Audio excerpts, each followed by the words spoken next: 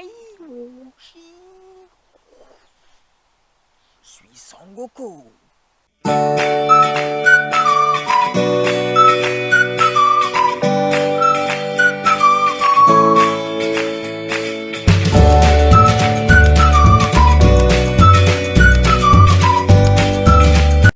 Bonjour à tous et bienvenue pour cette nouvelle vidéo pour parler de la dernière sortie Marvel au cinéma, actuellement au cinéma, Shang-Chi et la légende des 10 anneaux. Il est nommé comme étant le 25e film du Marvel Universe, et étant surtout le deuxième film de la phase 4. Moi je le définirais quand même surtout comme le premier film qui lance cette phase 4 de Marvel. Le premier étant Black Widow, mais Black Widow, vous pouvez d'ailleurs retrouver ma vidéo sur ma chaîne sur ce film que j'avais beaucoup aimé, mais pour moi il reste quand même un film de la phase 3, en tout cas des phases précédentes. En plus ce film se passe vraiment avant Avengers Endgame, donc pour moi c'est vraiment un film qui s'instaure dans l'ancienne phase. Et là clairement avec Shang-Chi, pour moi c'est le premier film qui s'instaure vraiment dans cette phase 4, dans ce renouvellement Marvel, dans ce renouvellement post-Avengers Endgame. Clairement on a en plus une scène qui le définit, où clairement on rappelle les événements d'Avengers Endgame en rappelant qu'à tout moment la moitié de la population peut disparaître.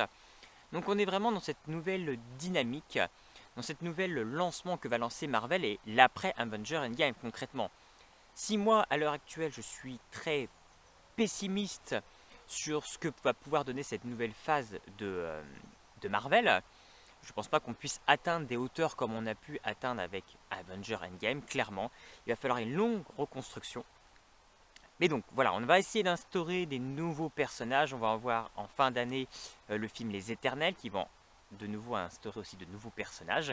Et là, on avait donc l'apparition de ce personnage Shang-Chi qui de premier abord va intriguer beaucoup de personnes parce qu'il est clairement inconnu au bataillon. C'est pas un héros Marvel extrêmement connu, voire il est complètement méconnu. Personnellement, moi qui ai lu quelques comics Marvel, je ne l'ai jamais vu passer. Pourtant, j'ai lu des gros événements Marvel, que ce soit Civil War, je ne l'ai jamais vu passer.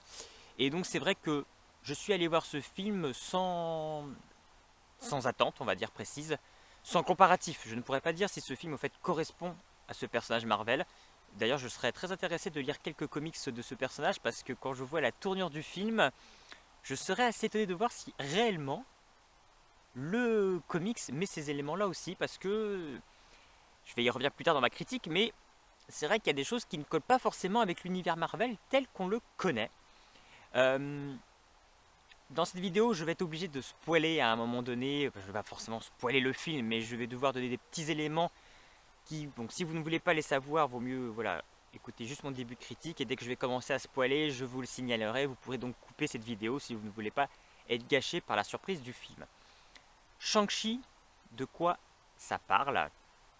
En fait, c'est un jeune garçon, il a une vingtaine d'années, il vit à San Francisco, il est voiturier avec sa meilleure amie, Cathy. Et voilà, il n'a pas fait grand chose, on va dire, de sa vie, visiblement. Et un jour où il va rentrer du boulot avec sa copine, donc dans un car, il va se faire attaquer par des hommes, dont un homme qui a une main coupée et qui à la place de sa main, elle est un peu robotique, une lame peut sortir. Et là, il va se révéler qu'en fait, le personnage de Shang se révèle être un professionnel du kung-fu. Il va se débarrasser de ces hommes. Donc là, il y a une grosse scène d'action dans ce car, course-poursuite dans la ville. Et sa copine, qui n'était pas au courant de ça, va lui demander en fait qu'est-ce que d'où ça sort. Et là, il va lui révéler qu'en fait, il est recherché là par son père, que son père est un être en fait immortel et qui possède 10 anneaux. En fait, son père possède 10 anneaux. Il vit depuis des millénaires. Ça l'a rendu immortel. Il a conquis le monde à de nombreuses années durant ces siècles et ces décennies. Et donc voilà, là visiblement, il veut retrouver son fils. Donc voilà le point de départ. Je ne vais pas aller plus loin dans le résumé de l'histoire. Voilà le point de départ du film. Et tout ça va entraîner en fait Shang dans une quête sur sa famille, sur les origines autour de sa mère et tout ce qu'il va avoir autour. Donc voilà un petit peu le résumé du film. Très brièvement, je vais dire que j'ai adoré ce film. Je trouve qu'on a vraiment un film d'aventure qui dépayse, qui nous transporte. Pour moi, c'est sûrement l'une des meilleures origin story des derniers Marvel, clairement. Moi, je l'ai largement préféré à Black Panther, il n'y a pas photo.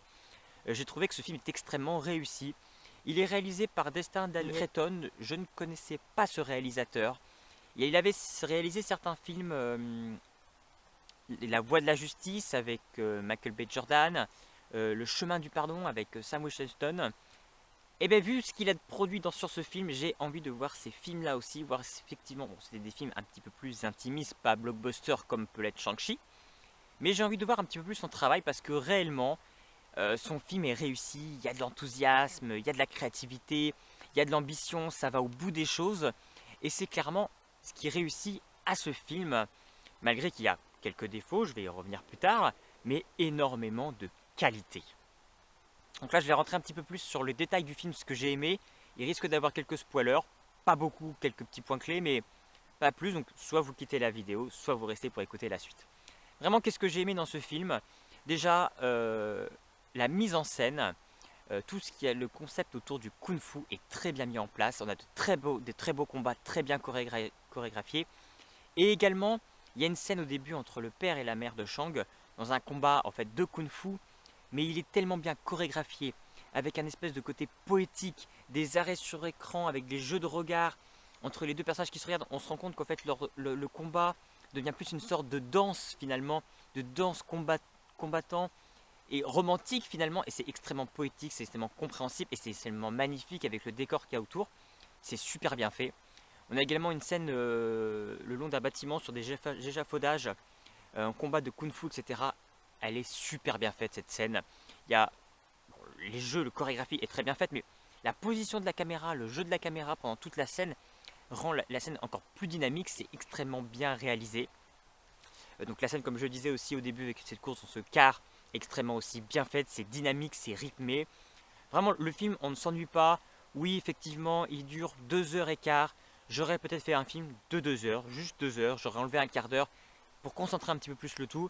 Et là, ça aurait été absolument génial. Effectivement, peut-être qu'on peut, il y a peut-être à deux trois endroits, peut-être quelques longueurs, mais ça va parce que effectivement, on est souvent rythmé par des batailles. Les moments un peu plus longs, bah, c'est pour expliquer un petit peu l'histoire finalement, les origines de Shang-Chi. Et c'est vrai que il y a toujours des effets spéciaux qui vont nous transporter. On a cette scène où en fait avec toute l'eau qui apparaît et qui fait apparaître une sorte de carte, elle est super bien magnifique.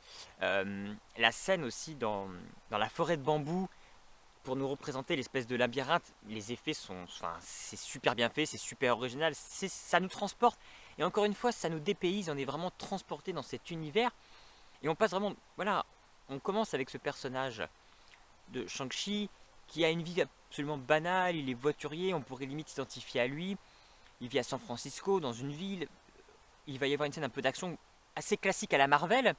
Et finalement, on va être transporté après, au fil du film, de plus en plus dépaysé. Et quand il va aller dans ce village un peu fantastique, parce qu'on est vraiment très dans du fantastique finalement aussi dans ce film, c'est fantastique de chez fantastique.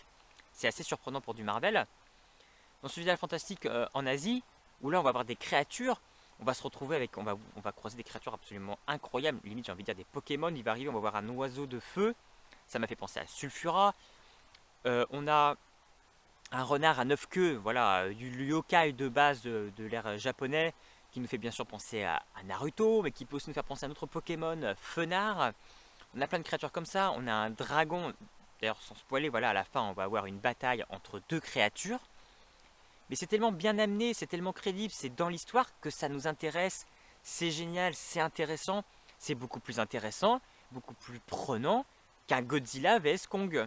Clairement, c'est là, il y a un sens, c'est amené, c'est construit, il y a une histoire derrière. Dans Shang-Chi, on a aussi toute une valeur familiale qui est aussi transportée, comme on pouvait l'avoir dans Black Widow, et on le retrouve là dans ce film-là. On voit que c'est une valeur importante chez Marvel. Là, entre la sœur, le père, cette quête de la mère disparue, qui a pu briser cette famille.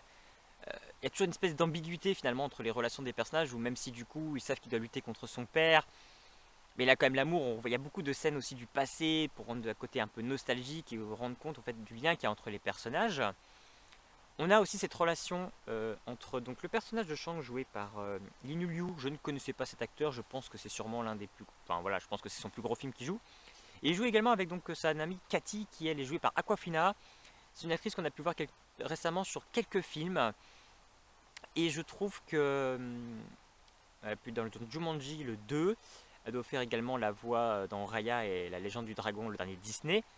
Et elle touche une touche de fraîcheur dans ce film, mais magnifique. Elle a un jeu, c'est la meilleure actrice du film, ça c'est sûr et certain.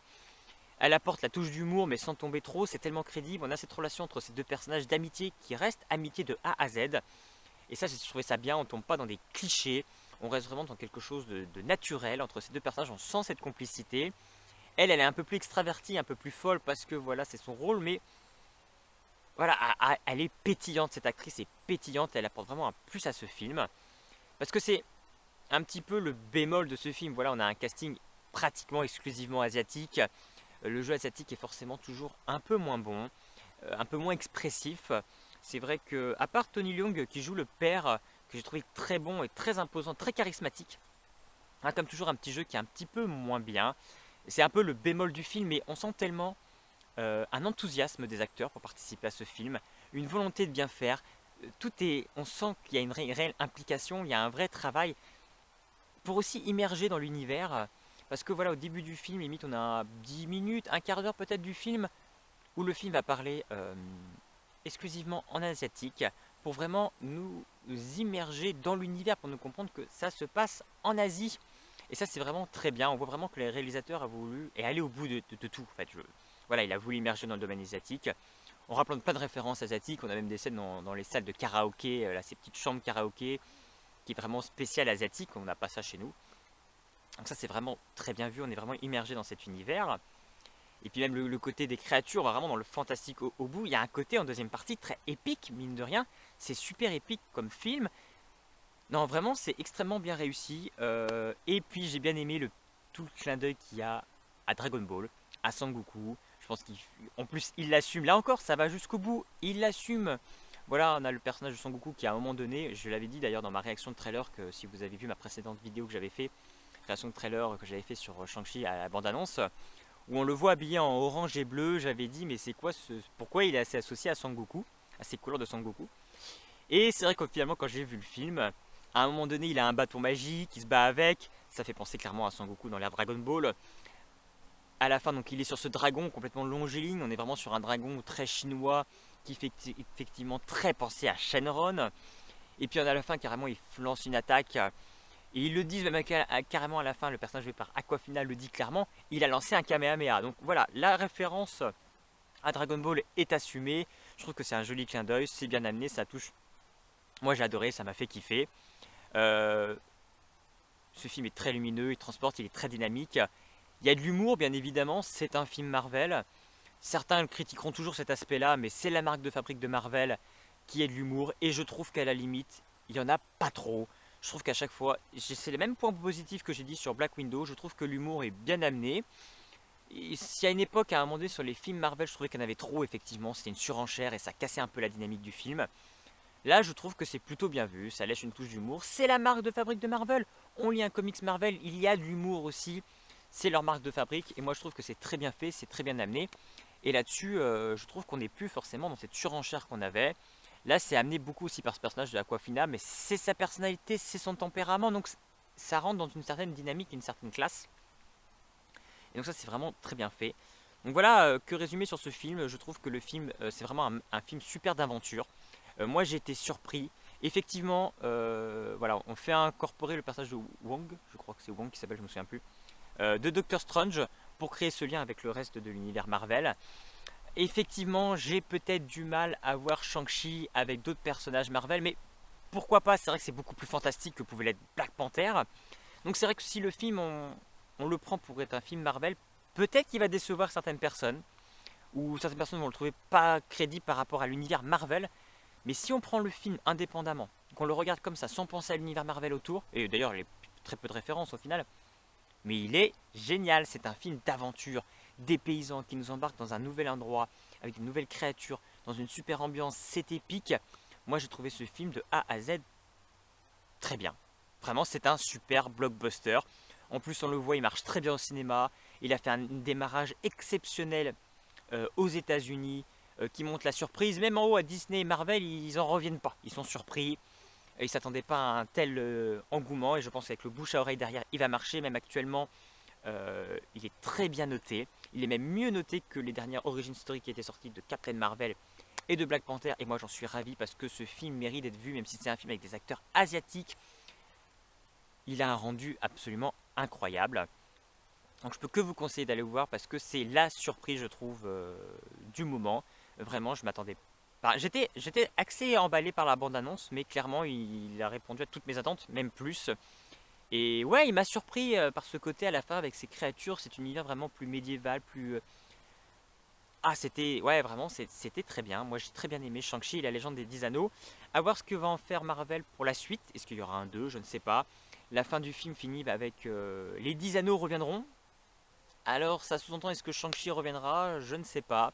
C'est vrai que d'habitude, les films Marvel finissent avec le nom du personnage qui reviendra. Là, ils finissent pas avec Shang-Chi, mais avec les 10 anneaux. Donc, on ne sait pas vraiment comment ils vont tourner ce personnage. Est-ce qu'aussi le succès peut-être, on est vraiment juste au début de sa sortie, ça fait une semaine qu'il est sorti. À voir comment ça va évoluer avec les semaines, surtout que Dune sort la semaine prochaine, donc ça risque de lui mettre des bâtons dans les roues, clairement. Mais on peut imaginer que s'il a un succès, Marvel peut-être l'exploiter différemment que peut-être qu'ils avaient prévu au début. Si vous aussi vous avez vu Shang-Chi et la légende des 10 anneaux, n'hésitez pas à me dire ce que vous aussi vous en avez pensé de ce film en commentaire. N'hésitez pas également à vous abonner à ma chaîne pour être au courant de mes prochaines vidéos. Et puis en attendant, je vous dis à très bientôt pour de nouvelles vidéos. Bonne semaine!